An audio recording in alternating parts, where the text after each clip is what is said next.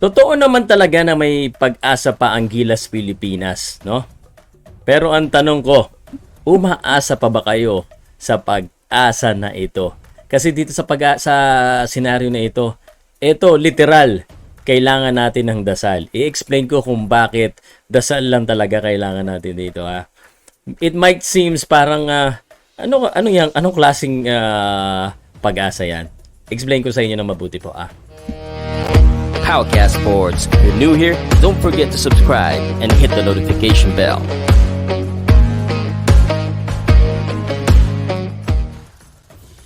Alam ko, frustrated ka ba sa pagkatalo natin sa Angola? Yun sana yung kaya nating talunin. At saka yung Dominican Republic na, ayun konti na lang na natalo pa tayo.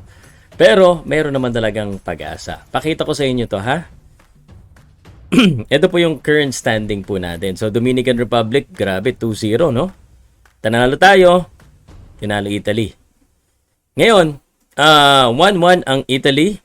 Angola 1-1 and Pilipinas Kulelat 0-2. Ganun talaga. Ang next natin makakalaban, Italy. So, ibig sabihin po, pag tinalo po natin ng Italy sa Martes or bukas, posible pong maging 1-2. Okay? Maging 1-2. So, ang Dominican Republic po at saka Angola maglalaban din. So, ang ipagdadasal natin, ito literal na ipagdadasal natin, matalo po ng Dominican Republic and Angola para mag 1-2 rin sila. Gets nyo po? 1-2. So, magiging Italy, Angola at saka Philippines, pare-parehong 1-2, tas 3-0 yung Dominican Republic.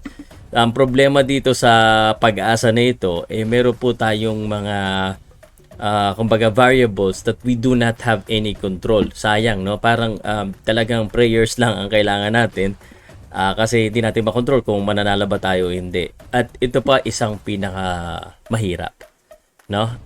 Kailangan natin tambakan ang Italy ng more than 13 points or by 13 points. Kaya ba? Parang alam mo, bilang isang Pilipino, mahilig tayo sa underdog and we're underdog ourselves. Pero sa ganitong sitwasyon, would you be idealistic or realistic?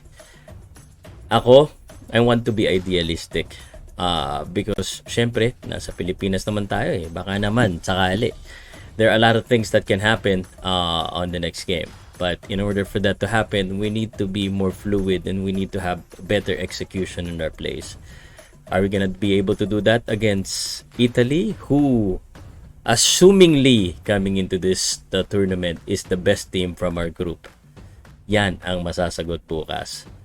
Umasa ka man o hindi, ang pinakamalaga, suportahan na lang natin ang Gilas Pilipinas. Hindi pa po tapos ang FIBA World Cup.